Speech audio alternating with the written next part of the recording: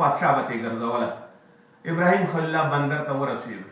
چې کله ورسېد بارډر او بندر ته، نو سپیانو ورته ویل چې دا دې څه ده؟ هغې شرط دا ایښی و، که مور او خور یې وي نو دا ترې راوړئ، سړی مه وژنئ، او که چېرته د دې ښځه وي نو سړی ووژنئ او ښځه ما ته راکړئ. نو چې کله ابراهیم خلیل الله ور ورسېده نو پوه شو، نو ورته یې وویل، ښځې ته یې وویل د دې د تره لور ده سارا بیبي. سارا بیبي ته یې وویل چې ته زما خور یې، انت اختي، ته زما خور یې. په دین کې بل هېڅوک مسلمان نشته، یو زه او ته یو. په دین کې زما خور یې، او د تره لور مې هم یې. د تره لور ته هم خور ویلی کېږي. ټول خلک په کورنیو کې د تره لور ته خور وي، بیا پس ته ورسره نکاحګانې وکړي د ماما لور، او د تره لور خور وي، خو بیا پس ته ورسره نکاح کوي، ځکه په اصطلاح کې دا یوه کورنۍ ده او دا یو ځای دی. نو ورته ویل ته زما خور یې، او پام کوه چې پادشاه ته بل څه ونه وایې چې ما تکذیب نه کړې، ما ته دروغ ثابت نه کړې. بادشاه ته ورسېده. سارا بیبي چې کله ورغله نو الله جل جلاله پیغمبرانو ته ښایسته څېرې ورکړي. د ښایستهو کې بیا ډېره ښایسته ښځه چې وه حوا بیبي وه، او بیا ورپسې سارا بیبي وه، او بیا ورپسې ډېر ښایسته انسان یوسف علیه السلام، او بیا زمونږ پیغمبر علیه السلام. خو ټولو پیغمبرانو ته الله تعالی د ښایست دپاره ډېر زیاته برخه ورکړې ده. الله جل جلاله دې چې کله ورتلله نو الله ته یې سوال وکړ، نو هغې بادشاه بد نیت باندې ورته روان شو، ورته ویل اوس ودرېږه، صبر وکړه، زه مونځ کوم، او مونځ نه بعد بیا چې ته غواړې څه. مانځه ته چې ودرېدله، مونځ یې وکړه، او الله ته یې سوال وکړ، یا الله زما فرج کلم چا نه دي مسه کړي، او ما ته کلم چاته اجازه نه ده ورکړې، او یو قانوني او رسمي او خدایي یو نکاح مې کړې ده، او یو خاوند لرمه. یا الله ته ما په خپل عفت کې او خپل عظمت کې وساته. الله جل جلاله فرکد رجلیه، د هغې خپې خویه کړې او ساه یې بنده شوه. ځینې علما دا ابن عباس صاحب دا روایت کوي د رسول الله صلی الله علیه وسلم نه، داسې شوې خپې چې ورپېدلې او په ځمکه راپرېوت. دی بیا څه وایي، یا الله که دا سړی چېرته مړ شي، دا سپیان به ما مړه کړي او ابراهیم خلیل الله به مړ کړي. یا الله دا بېرته جوړ کړه. ښځه وه نرمه شوه، بېرته سړی جوړ شو. زناور په دې باندې هم پوه نه شو، بیا ورته نیت وکړه، ورته یې ودرېږه، زه بیا 2 رکعته لمونځ کوم. بیا یې 2 رکعته لمونځ وکړه. 2 رکعته لمونځ یې وکړه، وړه د هغې نه بیا وایي، یا الله زما فرد خو یې چا هملاس نه دی راوړی. یا الله دا ستا د خلیل امانت دی، ته ما په خپل عفت کې وساته. الله جل جلاله هغه بیا رکد رجلیه، بیا یې خپې وخوځېدې، بیا وغورځېده، زناور بیا راپاڅېده، او چې بیا ورته ویل چې یا الله دا مه وژنه، که دې ما به مړ کړي او ابراهیم خلیل الله به مړ کړي. نو دا د هر مانځه نه بعد دعا کوي همداسې. اوس وګورئ، او ابراهیم خلیل الله هلته په مانځه ولاړ دی، هغه هلته دعا کوي. اوس وګورئ چې شریعتونه څه وایي. زموږ پلار یا د رسول الله صلی الله علیه وسلم وایي زما ابا او د ټولو خلکو ابا څوک دی؟ ابراهیم خلیل الله. یو د قدر وړ سړی وروسته د آدم علیه السلام نه، نوح علیه السلام نه ډېر معتبر انسان په پیغمبرانو کې خلیل دی، ابراهیم خلیل الله دی. اولین مقام د محمد رسول الله صلی الله علیه وسلم دی په نزد الله باندې، او دویم مقام د ابراهیم خلیل الله دی په 1,40,000 پیغمبرانو کې. هغه هلته دعا کوي مانځه نه بعد، او سارا بیبي دلته دعا کوي مانځه نه بعد، او دعا یې الله جل جلاله قبلوي. په 3م ځل باندې چې کله پرېوت زناور، نو بیا یې ویل چې یا الله دا جوړ کړې، که ما به زه به مړه شم او ابراهیم خلیل الله به مړ شي.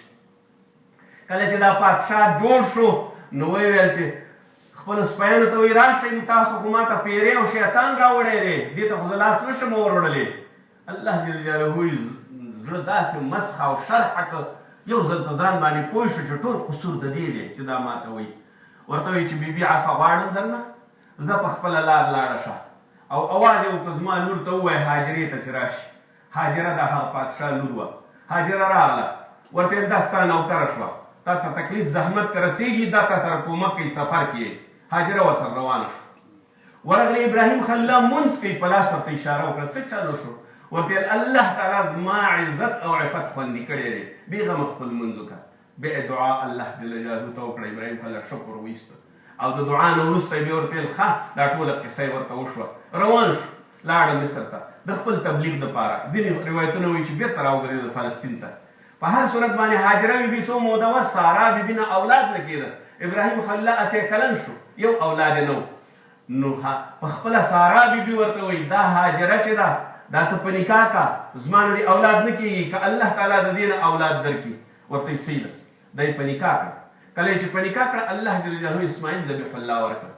ضرور خبره ده چې د هر چا په زړه کې د بنې یو تکلیف وي او بنه او انباق لږ سړي ته بد ښکاره کېږي، ولو که د پیغمبر ښځه وي، ولو که ډېره معتبره وي، بیا هم عایشې صدیقې رضی الله تعالی عنها به اخیر رسول الله صلی الله علیه وسلم ته ویل، هغې به چې کله خدیجة الکبرا یاده کړه نو هغې به ورته ویل چې هر ورځ دا بوډۍ یادې هر څه کې.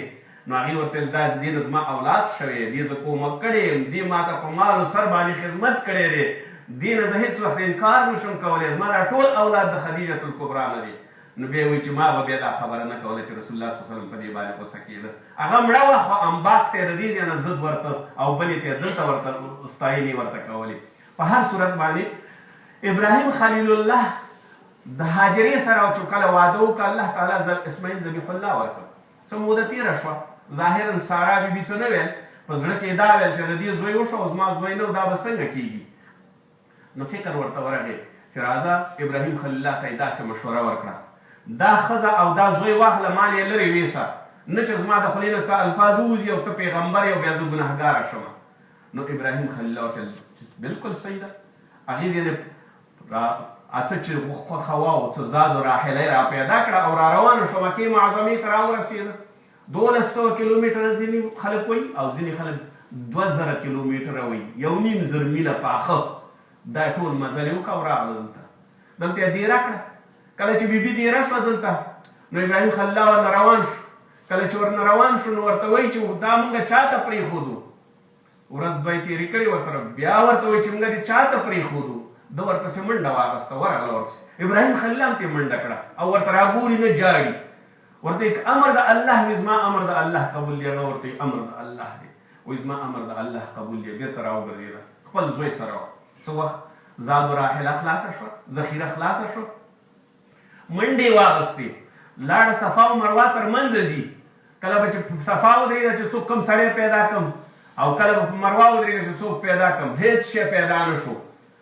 او په دې منځ کې به سعیه کوله. اوس دا خلک چې سعیه کوي په مابین د صفا و مروه کې تیز دي، دا د هغې سنت دي. د هاجرې بیبي هغه رفتار دی چې خلک منډې ترړې وي صفا و مروه ته او دعاګانې پرې کوي. نو کله چې دا وکړه نو یو وخت ګوري چې اواز ورباندې وشو. دې اواز وایي دلته خو یو څوک دی چې اواز کوي. راغی چې جبرائیل امین دلته یا وزر یا خپه وهلې ده او دلته زمزم راوتلې، چینه راوتلې. کله چې چینه راوتلې 2 ځل اوبه وڅښلې او دا اوبه ډېرې زیاتې وي. نو رسول الله صلی الله علیه وسلم فرمایي زمونږ په مور د خدای رحمت وکړي. نو دې دپاره یې د خپل انسانیت د تدبیر په خاطر باندې یوه کړۍ جوړه کړه، بند یې ورته جوړ کړه او وایي چې ورته یې ویل زمزم. نو زمزم شوه او بېرته په ځمکه کې ننوته. دننه په ځمکه کې ښه ډېره ذخیره لري، خو هغې بیبي چې ورته ویل چې زمزم دا زمزم شو. بیا به دې د خوراک دپاره څه کوه. هاجره بیبي به داسې تله څه کوم شی پیدا کړي، څرموښکۍ، سمساره، سمسار، یو بل شی پیدا کړي، هغه بیا راوړ. بیا د سره دام نو دا بندوبست هم نو خام بیا خواړه.